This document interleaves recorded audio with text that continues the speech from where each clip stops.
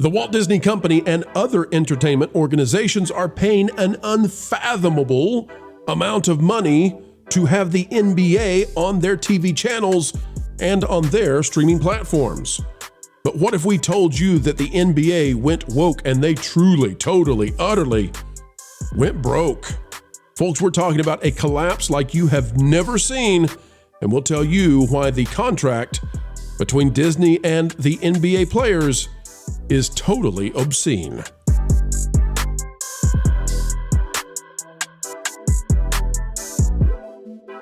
Ladies and gentlemen, we are so happy to have you joining us yet again. An attitude of gratitude every time you decide to click on one of our videos. We are here, of course, to give you the info that you need. And today it's taking us to the NBA. Merry Christmas, everybody. Hope you're having a wonderful Christmas, spending time with your family, loved ones, and everyone else who matters. And today we're going to break through the clatter to tell you why that NBA game you might be watching at this very moment is costing Disney and other companies so much, so vastly much, that they can hardly afford it. Bob Iger, CEO of the company, surely must be feeling badly, and we'll bring it to you right now. Out of Breitbart is where we're going to start, but it's not where we will end. It says, Colin compares crashing NBA ratings to Democratic election debacle. They lost regular people. Now, we're not here to be political. I just want to say, this is a Disney issue. Trust me, we'll show you. The NBA is collapsing because they went woke, and they're not going to stop. Here's the article. It's by Warner Todd Huston. Colin Cowherd blasted the National Basketball Association, also known as the NBA. Ratings collapsed because the league has failed to give the fans what they want and compare the epic collapse to what happened in the last election. In a recent broadcast of his show, he noted that NBA Commissioner Adam Zilver has done a good job addressing CTE problems and has navigated a multitude of cultural changes. But Silver's tinkering has strayed so far from what the fans want that TV ratings have collapsed. He said he tinkers, he evolves. Meanwhile, the NBA ratings, folks, here you go. You ready? Are down 48%. That's more than the box office. NBA ratings are down 48%. Goes on to say they're down 48% in the last 12 years, and they've fallen off a cliff. Adam Silver's solution, that's the commissioner of the NBA, is let's make the courts brighter. That's the solution. All right. So why does this matter? Mm-hmm. Why does this fit into our domain of covering entertainment? Because brighter means smarter, and this part of our domain is smart. I said months ago, you give it enough time, give it about a year or two with this continued with the NBA and David Zaslav. I even said this again on the show tonight. David Zaslav is going to look like a genius for not getting the renewal on this contract for Warner Brothers with what they were asking. You're exactly right. 48% decline. Here's how much was spent on a 48% go woke, go broke disaster. Out of Reuters, back in July, NBA signs broadcasting deal with Disney, Amazon, Comcast worth $77 billion. You know, do y'all know what the last contract was? Please. Yeah, it was like maybe around, I think it was 15. So they went from 15 billion to 77 billion, and they lost half of their audience. And there is no sign that it's going to stop because they want to make excuses for it, but it is all about going woke. Real quick, Walt Disney, ESPN, Comcast, NBC Universal, Amazon.com have clinched the rights to carry the NBA in an 11-year deal valued at $77 billion, the league said on Wednesday back in July. Now, think about this for a minute. Disney bought Fox, and we said that the purchase of Fox was crazy, and it was, for $70 billion. This is a $77 billion for the NBA, and nobody owns the NBA after the $77 billion deal. Meanwhile, they're tanking ESPN and these other companies because the ratings are tanking. This from Outkick by Bobby Burak, and then we'll hand it to the panel. Mainstream media finally agrees with Outkick. The NBA ratings cannot be defended. This is from December 20th. So this is recent.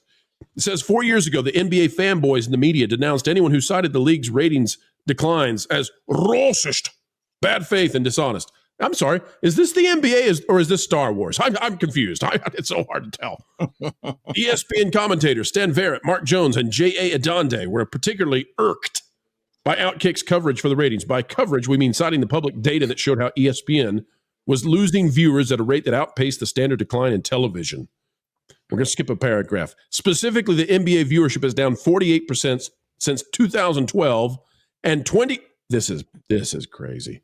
They spent $77 billion, down 28% on ESPN year over year. Yep, I just found it just so I was a little off, but not terribly much. So I had to go back and look.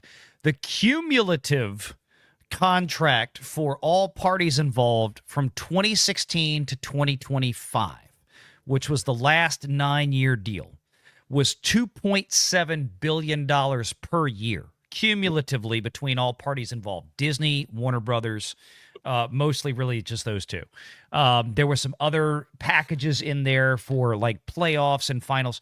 The new deal, 2025 to 2036, $7 billion a year. They went from $2.7 billion a year to $7 billion a year cumulatively for this.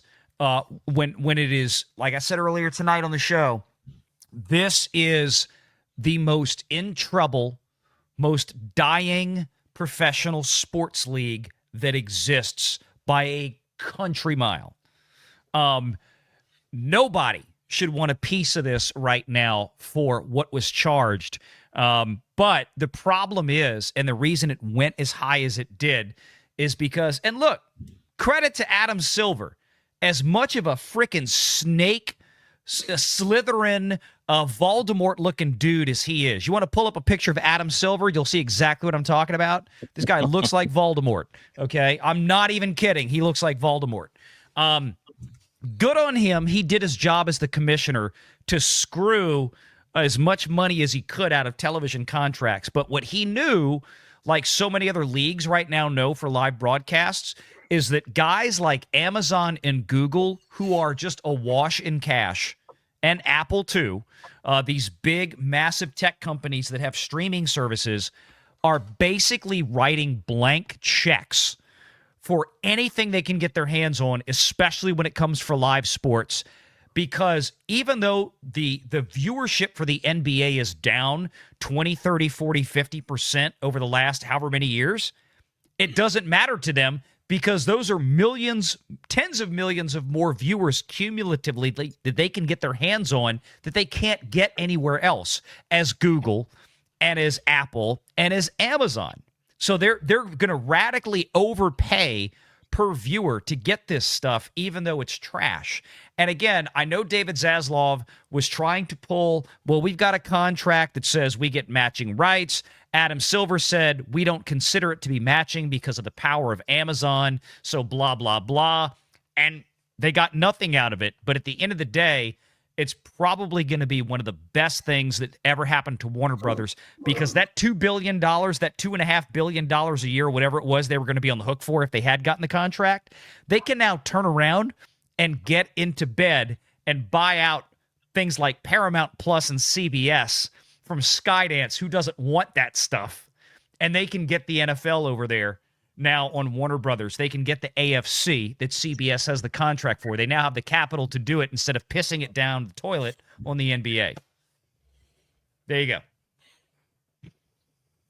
Totally. Now, listen, I'm totally with you. And I'll tell you the other thing, too. This NBA deal of going woke and never fixing it, like they never came back out of it. The NFL, they still have issues, but they began to pull back from some of those far steps they had taken. Yeah. And I don't know who weighs in on this next, but I mean, I used to be a huge fan of the NBA. In fact, I had business stuff related to the NBA. I don't watch it anymore. I don't watch it. Yeah. I was a huge Lakers fan. Obviously, I'm in LA, so big Lakers fan my entire life. Love basketball, played it in high school, the whole 9 yards. I haven't seen a Laker game in like probably maybe 3 years, like a full Laker game, like sitting down and watching it. I'll catch highlights here and there.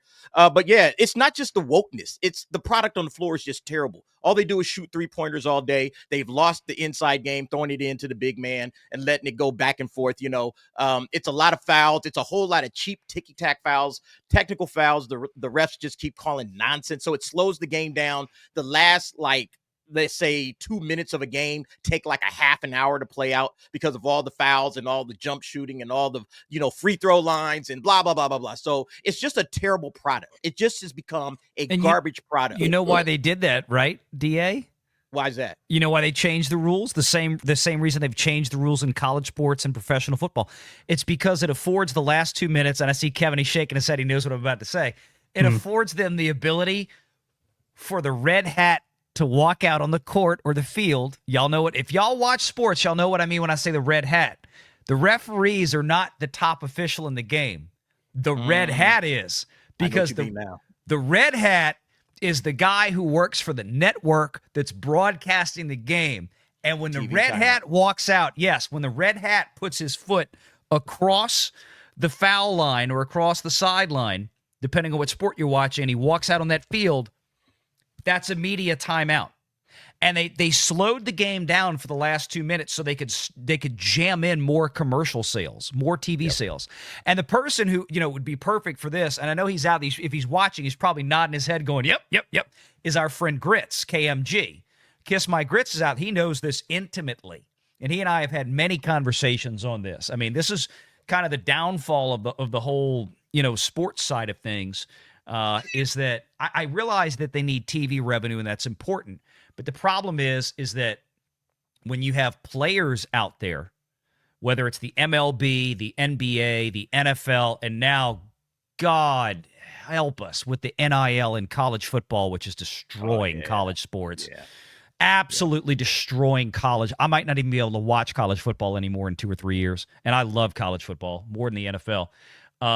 It's like, I know they got to make money, but these players, when you look at some of these baseball contracts and NBA contracts where they're getting hundreds of millions of dollars, many times guaranteed money, where do you think that's coming from?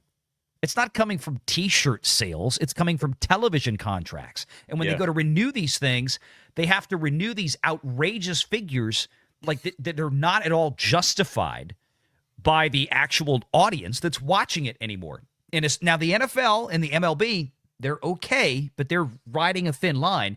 The NBA, I'm telling you right now, the people who have signed on for this, I think, and again, Amazon can take the hit. I don't see how Amazon is going to make money on this deal, at least in the first few years. It's kind of like when Google got in bed to get the NFL Sunday ticket package from DirecTV. It's like Google signed up. They paid the NFL so much money, it was ridiculous. They were even right away, they were estimating that it was going to take Google something like 2 or 3 years just to even reach a break-even point. But for Google, it doesn't matter. It's like pocket lint for them, what they did on this deal to get that. So that's why that these sports leagues, they need the big tech giants getting in, because the traditional linear TV people, the over-the-air broadcast, the cable broadcast people, they can't afford to pay these absolutely outrageous fees anymore for the licensing rights, when a lot of these things just aren't even presenting these companies the opportunity they need to sell the ads that are requisite enough to justify the licensing fees. It's obscene. And let me say this too. I blame this on people like Steve Kerr, Greg Popovich, because they took the NBA too far. They took it way beyond what the other leagues were doing, and they went too far. Let me tell you what, the last NBA game I watched, I'm not kidding, the last full, start to finish NBA game I watched, the two guys on the floor were Scottie Pippen and Michael Jordan, and I'm not kidding. Wow. I have watched 3 basketball games in my entire life. Michael Jordan retires, Michael Jordan comes back, and Space Jam. All right, well, look. All right, let's go. So half the guys on this panel have already talked. So me, I was a hardcore NBA fan, went to Warriors games, went to Laker games when I was in LA, even went to a couple Clipper games. I had NBA pass until I canceled it a few years ago. I don't know. Lauren, are you a basketball fan? I was just saying in the chat, I know nothing about sports ball, period. All right, Kevin, are you ever an NBA fan? Listen. I'm a New Yorker, man. I suffered through the Knicks. I haven't had hope since the Finger Roll of Doom. Oh, that's hard living, bro. I don't know what's harder living, the Knicks or the Jets, but it's hard living. That's hard living. That's why you got into wrestling, huh? Yeah, I needed some hope. I was going to ask though of Marvin and Kevin. You guys are wrestling fans. You've participated in all kinds of wrestling things, and I'm just curious. Like, are we seeing this on that side? I know that some people consider wrestling a sport. Some people call it a performance. Whatever you want to call it. Are ratings in decline there? And what's separating it out if it's not? Like, what's preventing it from being? I mean, the NBA is down half. It's down half. I'll keep this as succinct as humanly possible. The WWE is doing phenomenal numbers because the WWE remembers where its bread is buttered. They cater to families. They avoid politics like it is the bubonic plague on steroids. They keep it fun. They keep it light. They know what celebrities to bring in. Like if you're, like the Paul brothers, they pay attention to the zeitgeist and they write it very carefully. And they just they keep it fun. Problem with the NBA, I watch it again. VA and Valiant smashed it. We have grinded the game to a halt. Half the time. My team can't win because they're super teams now. It's not like how it was in the old days where guys just battled. You saw warriors just fighting it out for an entire season. Now it's the super team of the year, and then once you're done with the game, you're getting lectured and being told you're a POS for 45 minutes by a millionaire. There's no fun. There's no fun in these leagues anymore. And then I get in trouble if I don't want to watch the WNBA. And I don't know anybody who's watched the WNBA since we were waiting to see if someone's going to hit a slam dunk in '98. Oh, I'm sorry, Kevin. When you said you watched and had a millionaire tell you what a POS you were, I thought you were describing MSNBC and CNN for a moment. You're talking about, or the networks. You're talking about wrestling or NBA. I got you. Okay. But wrestling's different somehow. And maybe the NFL is. When you look at what's going on, also you want to talk about them not caring about ratings, not caring about drawing people in. The WNBA has shot itself completely in the foot. Yes, they actually had someone that was bringing in ratings, but and they because destroyed her. My she was gosh! A white woman, they destroyed her, broke her down, and made her do the Cersei Lannister shame walk for the crime of her race. I love it. The Cersei Lannister shame walk. Oh my God.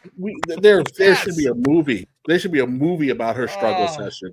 This woman was beaten to death in every game and then screamed at because she was enjoyable.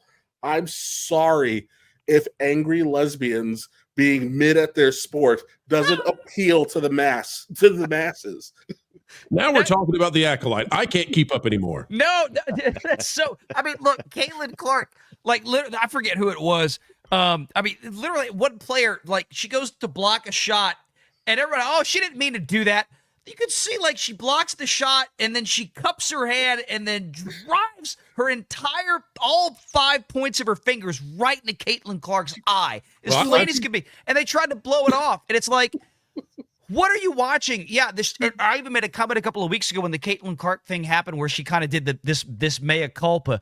Oh, I don't think it's this. I'm like, let me tell you what happened. This is the difference between Caitlin Clark and Gina Carano.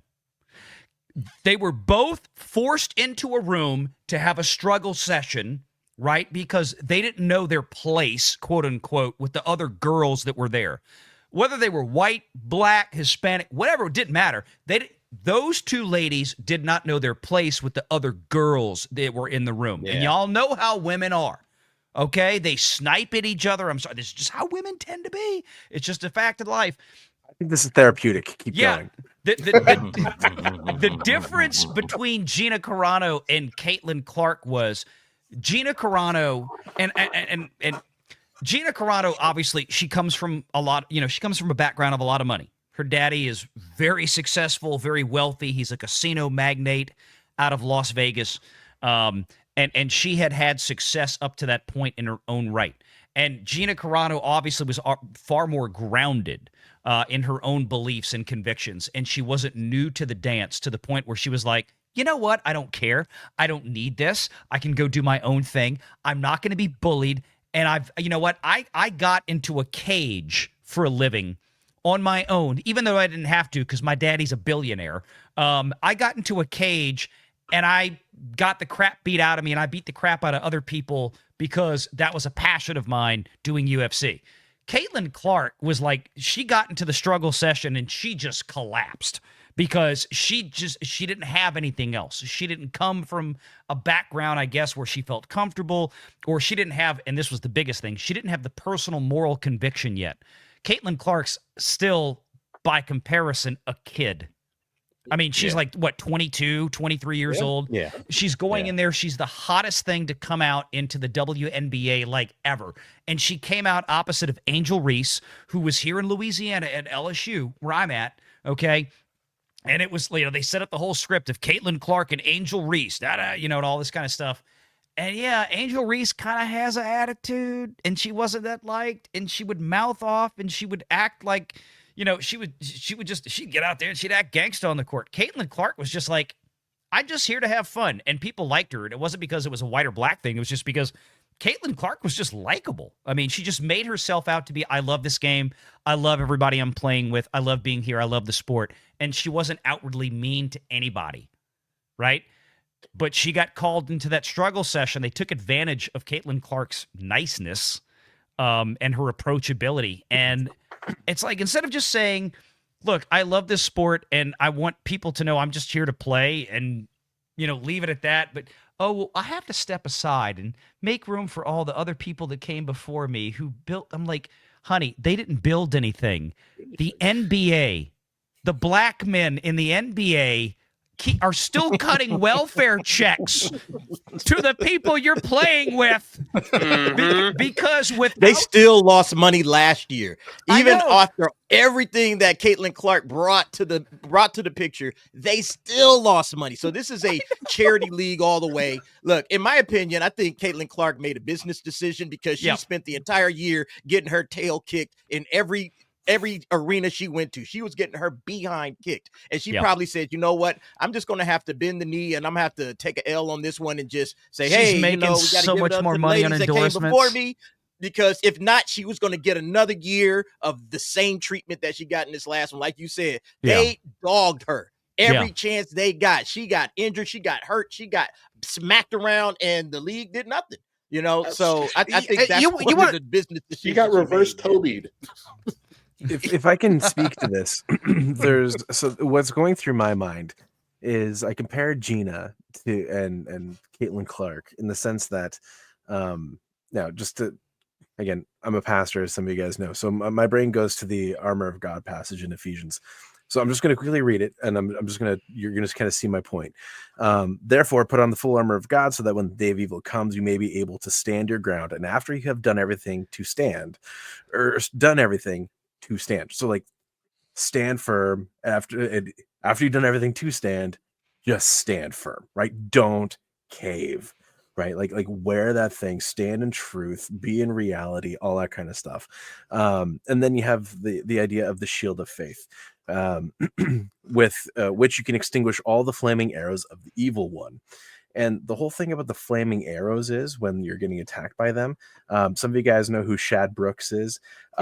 He did a whole thing on flaming arrows. And so I preached a whole sermon on this and how basically flaming arrows, they seem really intimidating, but historically they were highly useless, right? So when I think of like the worked in Braveheart. It in Braveheart it did work. It's true. But when I think of the attacks of people coming, you see this thing that seems really intimidating. Are you just going to stand, or are you going to realize that when you have that shield and you're just you're just relying on just reality, right? That shield of faith, and you're just trusting, right? When that arrow hits, it's just going to bounce off, and you just stomp it out. Now, in Caitlin's defense, you can only go so far. Yep. And keep taking that beating. So I understand where she's coming from, but the difference between her and Gina is Gina just said no and just kept standing. And all of a sudden, she had a fan base that, whether she's worthy of it or not, in the sense of what she's been able to put out in terms of the support, she's merited the support. Whereas Caitlyn, she was getting there. And then she kind of just pulled the rug from under herself, and she would have had this undying fan base that they don't care about the WNBA, but they care about her. And that's what was going on. And she screwed herself. You know, here's the point, Steve, is that I think you're totally right. And to sum it up, this sounds crazy, but I think 2025 is the year of the reckoning in this standpoint. We just saw this happen with this continuing resolution in Congress, right? We had a 1,500-page bill, and X got on that thing, and it was like, nope, X gonna give it to you. This ain't happening. This like go down to about 100 pages, and we got it done. Here's the deal. If people like Caitlin Clark can get out of the bubble that they're stuck in professionally, because right now she is surrounded by everybody that is pounding her to the ground. She is surrounded professionally, and I'm talking agents, I'm talking coaches on a team, the other players that are out there telling her that she needs to check her privilege. And I'm theorizing, but I ain't theorizing much, okay? We all know this conversation is going on. And people like Caitlin Clark, where she is, she needs to shut all that noise out, and she needs to listen to the people on X. She needs to listen to because that is real America. Those are the people that are actually watching her play and doing this. And you're absolutely right. If she would have listened to the fans, if she would listen to the audience out there instead of listening to all the poison, and look, she loves what she does, but Caitlin Clark has got to understand that she entered the arena, a professional arena, that is incredibly poisonous to somebody like her. And I don't mean that as a white or black thing. I mean that as like a young lady that she just wants to play. She doesn't want to be involved in the politics, racial, social, or otherwise. She just wants to play and have fun. And it's like, but she doesn't understand yet that where she's playing right now, and obviously this is not the case insofar as any of us know or ever heard of. This has never been an issue in the NBA, the men's basketball, right? Nobody's ever accused them of having like racial politics going on. But in the women's league, yeah, I think it seems like it.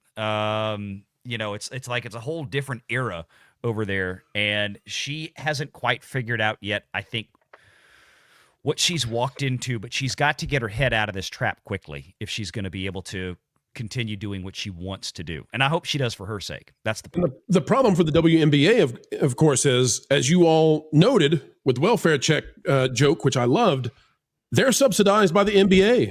And that's what I'm saying. The W in WNBA stands for the Welfare National Basketball Association. That's what it always has been. Yeah.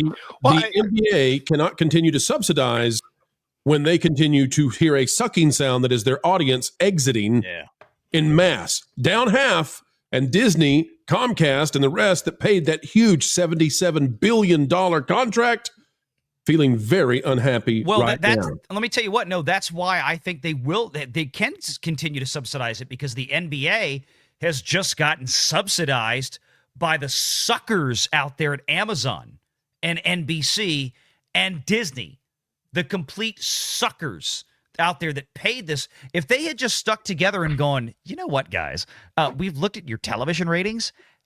They've been on a pretty sharp decline. And if everybody had just held off and said, we decline to acquiesce to your proposal, and just let the NBA sit there and suffer and go, well, how about $5, right? Instead of $77 billion or whatever. I mean, they could have gotten, but they didn't. They all got in the bidding war, and it all ran up. So they will continue to subsidize the WNBA because they can. What's going to be interesting to see is, I guarantee you right now, if the WNBA ratings continue to expand, even if marginally, over the next year or so because of Caitlin Clark, you wait and see, because the new contract, it doesn't start till this year, till the 2020. Well, no, through this year, 2025. It doesn't start the new contract till the 2026 season. So I mean, we still have a year to go. You wait and see, because then the demands will be screaming for the WNBA players to get paid even more and more and more, even though they're not even covering their costs, right? WNBA brought to you by Bob Iger's Incompetence. Folks, it's time to bid you adieu, but we hope that you will help us anew, and that is, we're only asking you click that like button. Share, subscribe, click it, stick it to those algorithms. It is the notification bell, and drop a comment down below. And oh, by the way, have you gone the way of thatparkplace.com? www.thatparkplace.com. It's the website that if you're not yet bookmarked to, well, you should be. A bastion of truth and knowledge when it comes to entertainment and everything that's going on. Go check it out today, folks. We would love to have you over there as well. All right, we are getting ready to head out, but do not fret, for we will put out 4 more videos tomorrow, so long as the good Lord allows. And we believe that probably, just might, happen. All right, until the next time we get to share time with you, keep learning, keep growing, and as always, keep having fun.